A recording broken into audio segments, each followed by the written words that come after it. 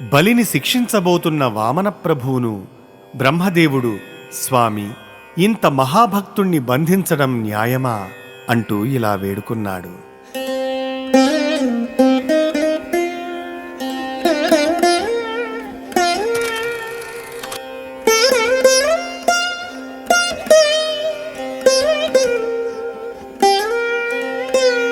భూతలోకేశ్వర భూతభావన దేవదేవ జగన్నాథ దేవవంద్య,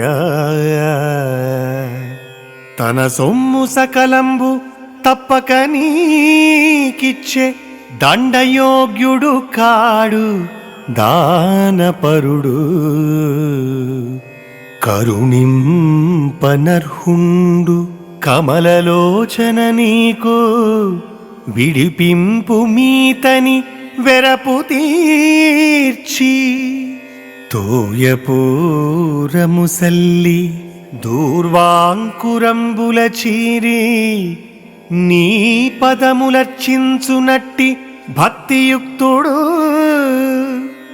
లోకేశ పదమునందు నీవు ప్రత్యక్షముగా వచ్చి నేడు వేడనెరిగి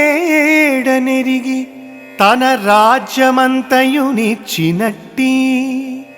బలికి తగునయ్యా దృఢపాశబంధనము. ఆ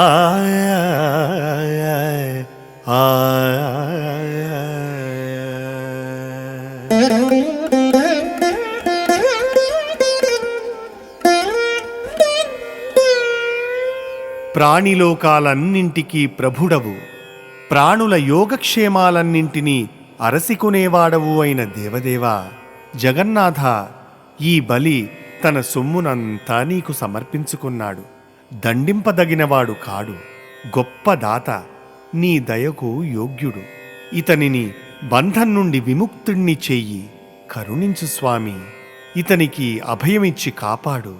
ఇతడు స్వయంగా తన భవనం ఆవరణలో మట్టి నేలలో నీళ్లు చల్లి గరికను పెంచి వానితో నీ పాదాలకు అర్చన చేసే భక్తుడు. నీవు స్వయంగా వచ్చి అడిగితే తన రాజ్యమంతా ఇచ్చివేశాడు. గురువు వద్దన్నా తన మాట వినలేదని శాపమిచ్చినా తన సర్వస్వము ఇచ్చి నిన్ను సంతృప్తిపరిచిన మహాపురుషుడు.